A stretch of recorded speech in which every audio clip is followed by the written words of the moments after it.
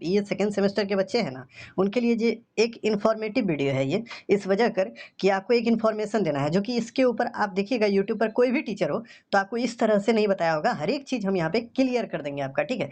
तो पहली चीज़ें ये है कि जो एग्ज़ाम आप दे रहे हैं, ग्रेजुएशन 4 वर्ष का जो आप कर रहे हैं, तो इन बच्चों के लिए एक इम्पॉर्टेंट नोटिस आया हुआ है।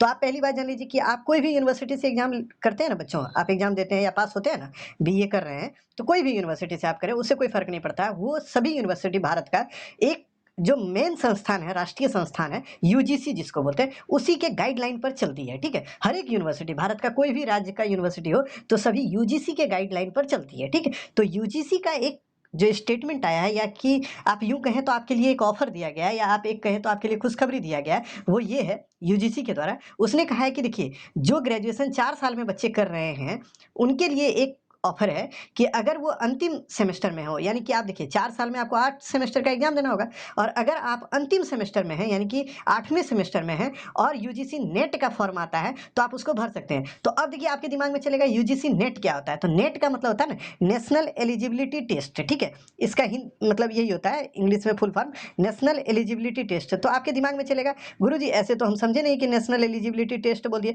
तो देखिए ऐसा है कि नेशनल एलिजिबिलिटी टेस्ट किसके लिए है जानते हैं? जो प्रोफेसर बनना चाहते हैं। तो आपको एक बात बताते हैं, आप देखिए 4 साल का ग्रेजुएशन कर रहे हैं, तो ग्रेजुएशन करने के बाद बच्चों करिएगा क्या? तो आपके दिमाग में होगा कोई बीपीएससी, कोई यूपीएससी, हर तरह का एग्ज़ाम का तैयारी करता होगा। लेकिन एक सुझाव आप हमारी तरफ से ले लीजिए कि आप जो ग्रेजुएशन में पूरा पढ़िएगा ना, जो भी आपका सिलेबस है ना, इसी से एक एग्ज़ाम होता है नेशनल एलिजिबिलिटी टेस्ट, जिसको नेट बोलते हैं, समझे? और नेट एग्ज़ाम अगर पास करिएगा ना, तो उसमें एक बेनिफिट आपको मिलेगा। उसके बाद आपको पीएचडी करना होगा, समझे? और पीएचडी करने के लिए नेट और जेआरएफ अगर आप कर लीजिएगा बच्चों, अगर आप नेट के लिए फॉर्म भर दीजिएगा उसी समय 4 साल के ग्रेजुएशन के ही दौर में, और आप पीएचडी कर लेंगे उसके बाद तुरंत, यानी नेट पास हो गए, और आप अगर नेट पास करते हैं तो आपको सरकार पर मंथ नेट जेआरएफ पास होने के बाद प्रत्येक साल, यानी नेट पास होइएगा तो बिहार सरकार आपको 10,000 पर मंथ देती है, और अगर जेआरएफ कर लीजिएगा तो भारत सरकार आपको लगभग 30 से 36,000 के आसपास पर मंथ देगी पढ़ने के लिए। ऐसा नहीं है कि मतलब कोई और चीज़ आपसे काम कराएगी, कुछ भी नहीं। आपको केवल पीएचडी करना होगा, इसके लिए आपको देगी, ठीक है? अगर नेट पास होइएगा तब। दूसरा बात, नेट अगर पास कर जाइएगा ना, तो जहाँ भी कहीं भी पूरे भारत में अगर फॉर्म आएगा असिस्टेंट प्रोफेसर का, यानी प्रोफेसर लोग जो होते हैं उसको बनने का ना, तो आप प्रोफेसर के लिए भी बहाली जो आएगी, उसमें भी आप इंटरव्यू दे सकते हैं, और इंटरव्यू देकर आप प्रोफेसर बन सकते हैं। यानी नेट पास हो जाने के बाद देखिए आपके पास 2 गोल्डन अपॉर्चुनिटी बनेगा। एक तो आपको सरकार पैसा देने लगेगी पीएचडी करने के लिए। दूसरी बात, जब पीएचडी आप कीजिएगा तो उसमें केवल आपको पढ़ना है, उसी के लिए आपको देगी सरकार, मतलब पढ़ने के लिए आपको लगभग 5 साल तक ये पैसा आपको देगी, और इसी बीच में आपको पीएचडी कर लेना है, ठीक? एक चीज़ हो गया। दूसरा, इसी बीच में अगर कहीं भी मान लीजिए आपका उम्र जो है, कोई भी आप जॉब कीजिएगा ना, तो उसमें उम्र 36 साल सबसे ज़्यादा होता है जनरल वाले का, या फिर ओबीसी वाले का, ठीक है? ओबीसी वाले का 3 साल और बढ़ा दीजिए, और जनरल वाले का तो 36 साल होता है। लेकिन नेट जेआरएफ का जब आप कर लीजिएगा ना, तो असिस्टेंट प्रोफेसर बनने के लिए ना आपके पास लगभग जान लीजिए 36 साल ना होकर यहाँ से 10 साल और बढ़ा दीजिए, लगभग जानते हैं 45 साल उम्र तक आपके पास लिमिट होगा। और जो भी कैटेगरी में आइएगा ना, लगभग महिला लोग तो 50 साल तक असिस्टेंट प्रोफेसर बन सकती हैं, ठीक है? तो यानी कैटेगरी वाइज के लिए अलग छूट है। यानी कि आप देखिए, अगर आपका कहीं जॉब नहीं होगा, अगर नेट आप यही ग्रेजुएशन करते-करते पास हो गए ना, तो आपके लिए बहुत बड़ा गोल्डन अपॉर्चुनिटी है। एक में तो सरकार आपको फाइनेंशियली मदद करेगी पढ़ने के लिए। दूसरी बात, कहीं भी अगर फॉर्म आएगा तो उसके लिए आप अप्लाई कीजिए, अगर इंटरव्यू में पास हो गए तो आप तुरंत ही असिस्टेंट प्रोफेसर बन जाइएगा। तो ये देखिए बहुत बड़ा गोल्डन अपॉर्चुनिटी होता है, जो कि कोई भी बच्चा कर सकता है। समझे? देखिए ये भी न्यूज़ आपने देखा होगा, 4 वर्षीय स्नातक में 75% अंक लाने के बाद तो सीधे आप पीएचडी में एनरोलमेंट ले सकते हैं, यानी पीएचडी कर सकते हैं। लेकिन इसमें कंडीशन यही है बच्चों कि नेट आपको पास होना होगा, समझे? नेट वाला, यानी तो यूजीसी जो पीएचडी के लिए एंट्रेंस एग्जाम लेती है ना, उसको पास करना होगा, तभी आप कर सकते हैं पीएचडी, ठीक है? तो यानी हम आपको सीधा-सीधा ये बताना चाहते हैं कि आप अगर तैयारी ग्रेजुएशन में अभी कर रहे हैं, आप अपने विषय को इतना ईमानदारी से ज़रूर पढ़ लीजिए, ताकि आपको चाहे हिस्ट्री हो, ज्योग्राफी हो, पॉलिटी हो, इकोनॉमिक्स, कोई भी विषय जो आपको पसंद आता हो, जो आपका अच्छा हो, उसकी तैयारी आप अच्छे से कर सकते हैं, और कर लीजिए पूरा। तो आप यकीनन मानिए कि अंतिम सेमेस्टर आते-आते आप नेट का भी एग्ज़ाम दे दीजिएगा, और उसको अगर पास कर लीजिएगा ना बच्चों, तो आपके लिए एक अलग रास्ता खुल जाएगा। और जानते हैं, आप एक बात जान के आश्चर्यचकित हो जाइएगा, नेट पास करिएगा ना, यानी प्रोफ़ेसर जब बन जाइएगा ना, आपको सैलरी कितना मिलेगा पता है? 1 लाख रुपया।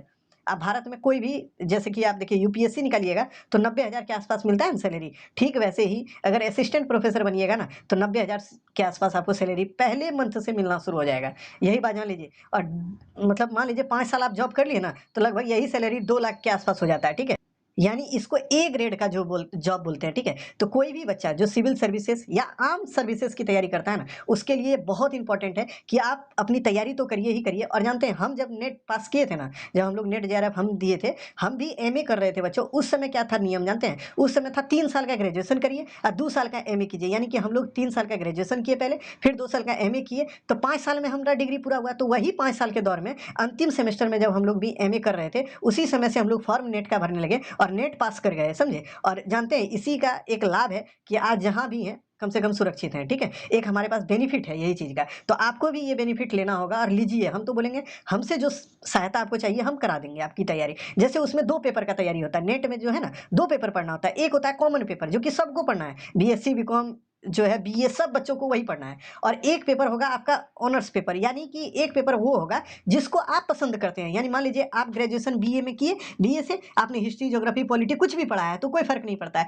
आपको जो भी एगो सब्जेक्ट लेना है। मान लीजिए कोई बच्चा हिस्ट्री से करेगा, उसको मन है कि असिस्टेंट प्रोफेसर हम हिस्ट्री में बने, तो इतिहास पेपर वो ले लेगा और इतिहास पेपर से ही दूसरा पेपर का एग्जाम देगा, ठीक है। उसमें 100 क्वेश्चन रहेगा जो कि 2-2 नंबर का क्वेश्चन होता है। निगेटिव मार्किंग नहीं है इसमें, एक बात तो यही है कि नेट में निगेटिव मार्किंग नहीं है। आप 100 में से 100 क्वेश्चन रन दीजिए, कोई दिक्कत नहीं है। सही होगा तो नंबर मिलेगा, गलत होगा तो नंबर कटेगा भी नहीं। मतलब वो गलत तो गलत, आपको नंबर नहीं मिलेगा लेकिन कटेगा भी नहीं, ठीक है। निगेटिव मार्किंग नहीं होता है, ये बहुत बड़ा अपॉर्चुनिटी है और लड़कियों के लिए तो खास तौर पर बहुत बड़ा अपॉर्चुनिटी है। देखिए अगर हम आपको बताते हैं, आपका देखिए सिलेबस कैसे होगा। पेपर 1 जो पढ़िएगा ना, उसमें 10 गो रीजनिंग और मैथ का क्वेश्चन रहेगा, ठीक है। उसके बाद ईवीएस अभी जो आप पढ़ रहे हैं सेकंड सेमेस्टर में, यही पूरा का पूरा सिलेबस वहां भी है। नेट का जो पेपर 1 है उसमें 5 क्वेश्चन यही रहता है, यानी 10 नंबर का यही सिलेबस है।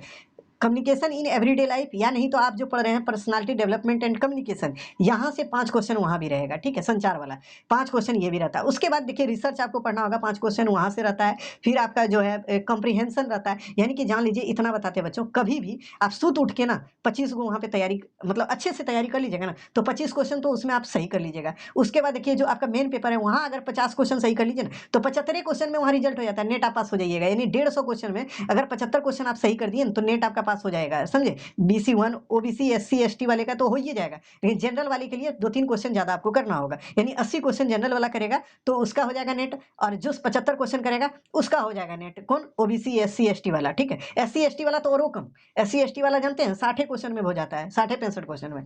और OBC वाले को 75 क्वेश्चन लाना होगा, और जनरल वाला जो है ना उसको लगभग 80 क्वेश्चन से ज्यादा लाना होता है। लेकिन ये कट ऑफ पे डिपेंड करता है, लेकिन ये अप्रॉक्स हम बता दिए यही होता है। क्योंकि हम जब तैयारी किए और हम अभी भी उसकी तैयारी बच्चों को कराते थे आज से कुछ दिन पहले तक, यानी कि मान लीजिए कि अभी से हम 6 महीना पहले तक नेट जेआरएफ का तैयारी हम कराते भी थे। आप यूट्यूब पर भी देख सकते हैं, हमारा हिस्टोग्राफी का पूरा चैनल ही है। मतलब वो आप देखिएगा पूरा का पूरा प्लेलिस्ट ही बना हुआ है जिसमें हम मतलब पूरा बच्चों को कराए थे। और आपसे भी निवेदन है कि आप ग्रेजुएशन करते करते अगर नेट जेआरएफ कर लेते हैं ना बच्चों, तो आपके लिए जानते हैं सबसे बड़ा सुखद ये घटना होगा कि आप एक बहुत बड़े अचीवमेंट को प्राप्त कर लीजिएगा, ठीक है। ये भारत का सबसे टफेस्ट एग्जाम में से एक होता है बच्चों। अगर 10 एग्जाम उठा के देखिएगा टफ एग्जाम भारत का, तो उसमें यूजीसी नेट जो है ना दूसरा या तीसरा स्थान पे आता है। पहले स्थान पे आपका यूपीएससी आएगा, दूसरे पे आपका पीसीएस आएगा, और तीसरे पे यही आ जाएगा नेट और नीट वगैरह। जो डॉक्टर वाला का बनता है वो अलग होता है, और आपका जो होगा ये असिस्टेंट प्रोफेसर का, ये तीसरे स्थान पर आएगा, तीसरे चौथे स्थान पर। ये सबसे टफेस्ट एग्जाम है, ठीक है। लेकिन इसमें अगर रणनीति के साथ चलिएगा ना तो आप पास आउट कर जाइएगा। अगर आप चाहते हैं कि इसकी तैयारी करें तो आप जरूर हमको बताइएगा। आपका बीए सेकंड सेमेस्टर का एग्जाम जैसे खत्म होगा तो हम आपका कॉमन पेपर जो है ना जो सबों के लिए है उसको तैयार करा देंगे, और दूसरा हिस्ट्री पेपर से जो असिस्टेंट प्रोफेसर बनना चाहिएगा, नेट करना चाहिएगा, उसको भी फ्री में करा देंगे। क्योंकि हम जो है ना हिस्ट्री पेपर से ही पास आउट हैं, हिस्ट्री और पॉलिटी से, ठीक है। तो हमारा यही जो है इसमें जान लीजिए कि आसान क्वेश्चन नहीं रहता है, टफ क्वेश्चन रहता है, बहुत ही बारीक क्वेश्चन रहता है। इसीलिए आपको बारीक तरीके से तैयारी करनी होगी। और पूरा वीडियो अगर देख लिए होंगे तो आपको सारी चीजें समझ में तो आ ही गई होगी। अगर आप चाहेंगे तो आप जरूर कमेंट कीजिएगा, यकीन मानिए हम फ्री ऑफ कॉस्ट करा देंगे। लेकिन उसमें आपका यही है कि साथ आपका चाहिए। आप साथ ही नहीं देते तो हम क्या करेंगे, अकेले इंसान क्या कर पाएगा। लेकिन हम चाहते हैं बहुत तरह से आपको हेल्प करें, लेकिन अकेले होने की वजह से हम कुछ भी नहीं कर पाते, क्योंकि आपका साथ ही बहुत कम मिलता है। लेकिन जानते हैं आप ग्रेजुएशन कर रहे हैं तो हम तो आपको यही राय देंगे कि नेट जेआरएफ का भी तैयारी कर लीजिए साथ ही साथ। तो इससे क्या होगा कि आपकी जिस पेपर में तैयारी आप कीजिएगा नेट जेआरएफ का, यकीन मानिए यूपीएससी का एक भी क्वेश्चन नहीं रुकेगा। यूपीएससी का हर एक क्वेश्चन बना दीजिएगा, क्योंकि यूपीएससी का ही क्वेश्चन इसी तर्ज पे रहता है, नेट जेआरएफ के ही तर्ज पे रहता है यूपीएससी का क्वेश्चन, समझे। और जहां तक यूं कहें तो आपको यूपीएससी और नेट जेआरएफ का क्वेश्चन एक जैसा होता है। तो इसीलिए हम बोलेंगे आप तैयारी जरूर कीजिए, आपकी दोनों तरह से तैयारी होगी, कंपटीशन का भी तैयारी हो जाएगा और आपका ग्रेजुएशन भी हो जाएगा। तो आप लेट मत कीजिएगा, ये भी आपसे आग्रह है। क्योंकि आपका अब जो है 6 सेमेस्टर का एग्जाम बाकी है, दूसरा सेमेस्टर का एग्जाम तो इसी मई में शुरू हो जाएगा। तो इस वजह से आप तैयारी में लग सकते हैं, इतना डेप्थ में आपको कोई नहीं बताया होगा, क्योंकि हमने इस विषय से किया है तो हमने बता दिया आपको, ठीक है। बाकी आपकी इच्छा, मन करे तो कीजिए, नहीं करना है तो आपकी इच्छा, जो करना हो वही कीजिए आपके लिए। लेकिन जिन बच्चों को लगता है कि हाँ करना चाहिए पॉलिटी, हिस्ट्री, कोई भी विषय से, और एक कॉमन पेपर जो होता है उसका, तो हम ज़रूर करा देंगे, फ्री ऑफ कॉस्ट करा देंगे। लेकिन इसके लिए ज़रूरी यही है कि आप दोस्तों में ज़रूर शेयर कीजिएगा वीडियो को, और आप कमेंट में ज़रूर बताइएगा कि हाँ आपको करना है या नहीं, ठीक है। चलिए आज के लिए इतना ही, फिर मिलेंगे नए वीडियो में, तब तक के लिए